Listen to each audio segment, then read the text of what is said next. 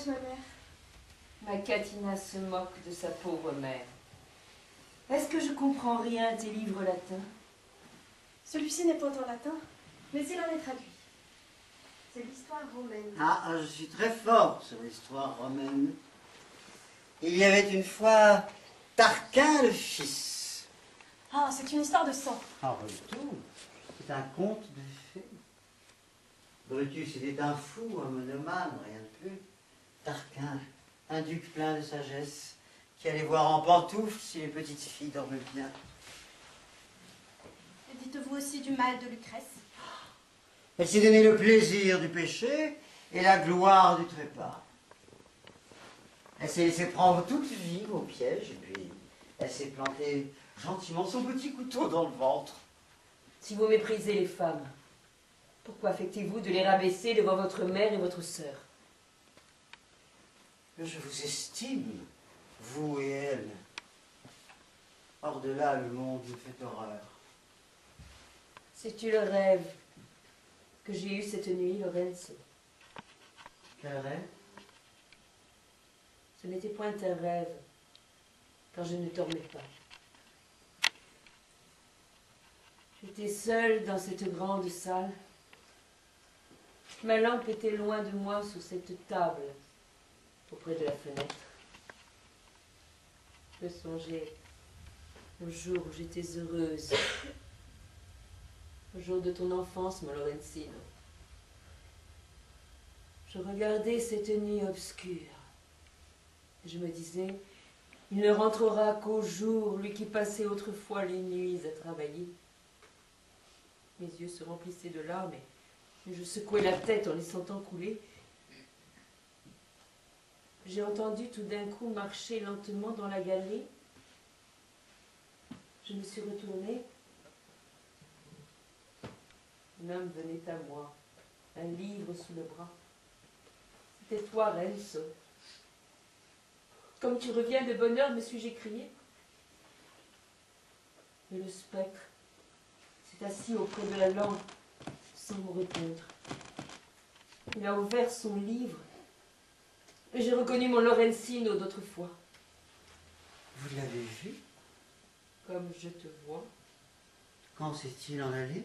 Quand tu as tiré la cloche, ce matin en rentrant. Mon spectre, à moi? Et il s'en est allé quand je suis rentrée. Il s'est levé d'un air mélancolique et s'est effacé comme une vapeur du matin. Catherine, Catherine, lis-moi l'histoire de Brutus. As-tu?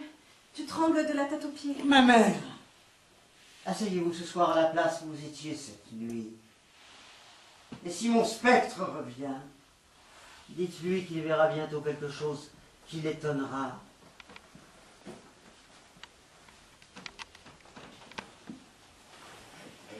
Nous vous laissons.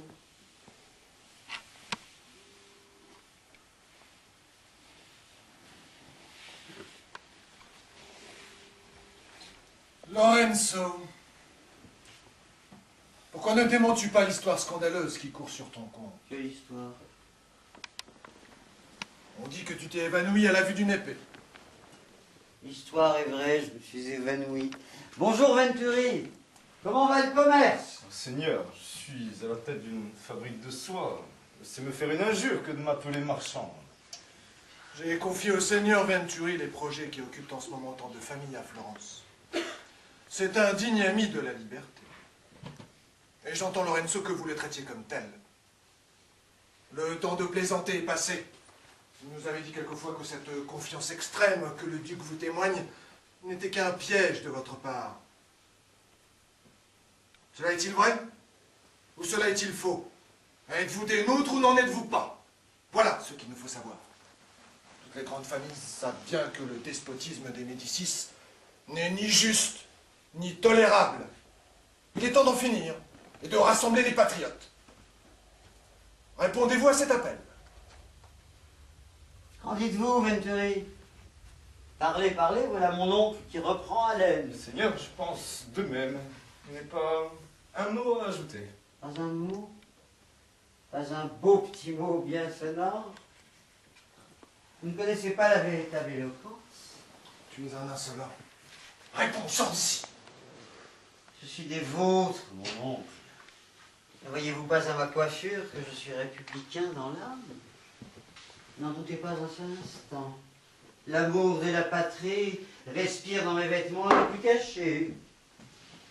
Le duc.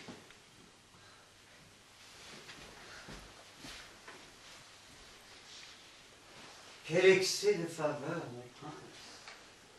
Vous daignez visiter un pauvre visiteur en personne. Un pauvre serviteur. J'ai à te parler.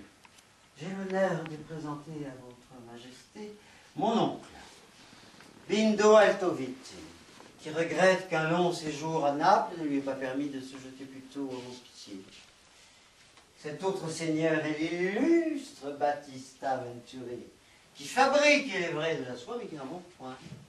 Que la présence d'un si grand prince ne vous trouble pas, mon cher oncle, ni vous non plus, digne Venturi. Ce que vous demanderez sera accordé. Que demandez-vous, Bindo? Altesse, je suis désolé que mon neveu... Le titre d'ambassadeur à Rome n'appartient à personne en ce moment. Mon oncle se flattait de l'obtenir de vos bontés. En vérité, Renzino? Eh bien, mon cher Bindo, voilà qui est dit. Passe-moi voir demain matin au palais. Altesse, je suis confondu. Comment L'illustre Battista Venturi, bien qu'il ne vende point de soie, demande un privilège pour ses fabriques. Quel privilège? Aux armoiries sur la porte. Accordez-le lui, Seigneur, si vous aimez ceux qui vous aiment. Voilà qui est bon. Est-ce fini? Messieurs, la paix soit avec vous. Altesse, vous me comblez de joie, je m'exprime. C'est un tour infâme. Qu'est-ce que vous ferez? Mais que veux-tu que je fasse? Je suis nommé. La Chigo est à moi. Non, j'en suis fâché. Pourquoi? Parce que cela fera tort aux autres. Ma foi, non. Elle m'ennuie déjà.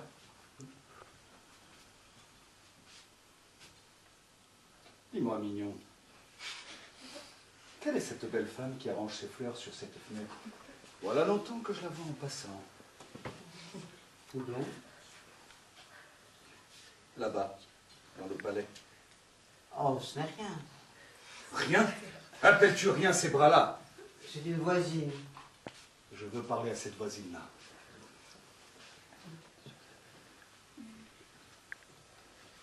Mais, si je ne me trompe, c'est Catherine Ginori. Non. C'est ta tante, peste.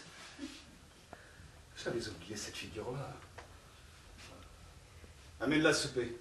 Ah, ce sera difficile car c'est une vertu.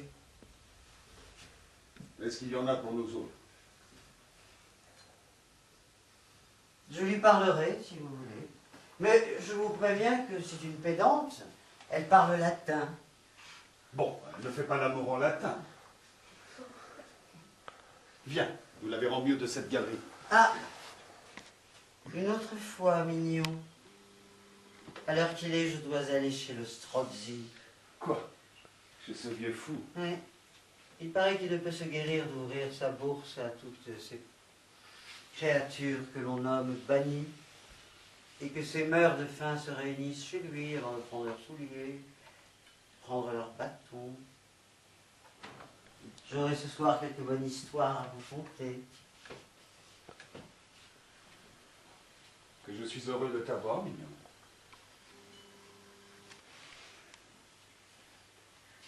J'avoue que je ne comprends pas comment ils te reçoivent. Non. Si vous saviez comme il est aisé de mentir au nez d'un butor, cela prouve que vous n'avez jamais essayé. À propos, ne m'avez-vous pas dit que vous vouliez donner votre portrait? J'ai un peintre à vous amener. Bon. Mais pense à ta tante. C'est pour elle que je suis venu te voir. Et la Chibo? Je te dis de parler de moi à ta tante.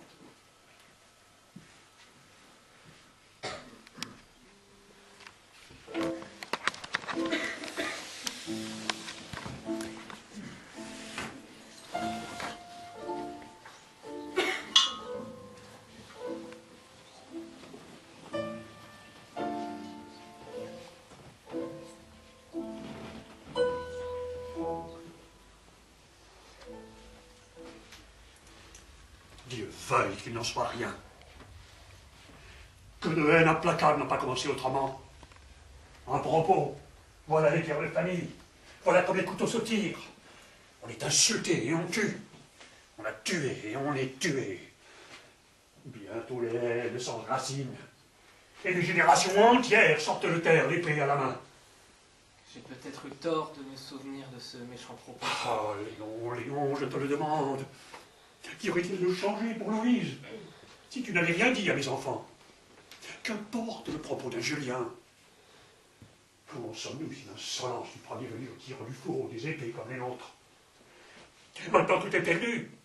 Voilà Pierre furieux de tout ce que tu nous as conté. L'Italie pazzi. Dieu sait ce qui peut arriver. Oh, qu'il rencontre Salviati. Voilà le sang répandu. Mon sang. Je veux parler de Florence. Il n'y a peut-être pas tant de danger que vous le pensez. C'est un grand hasard s'il rencontre Salviati ce soir. Oh, n'en doute pas. Pierre le tuera ou il se fera tuer. Où sont-ils maintenant? Oh, sur un sombre me font horreur. Calmez-vous. À la manière dont mon Pierre est sorti, je suis sûr qu'il ne rentrera que vengé ou mort. Eh bien, Florence apprend la droite et pavée, la couleur de mon noble sang. Il y a 40 petits-fils qui l'ont dans les veines. Et moi, le chef de cette famille immense.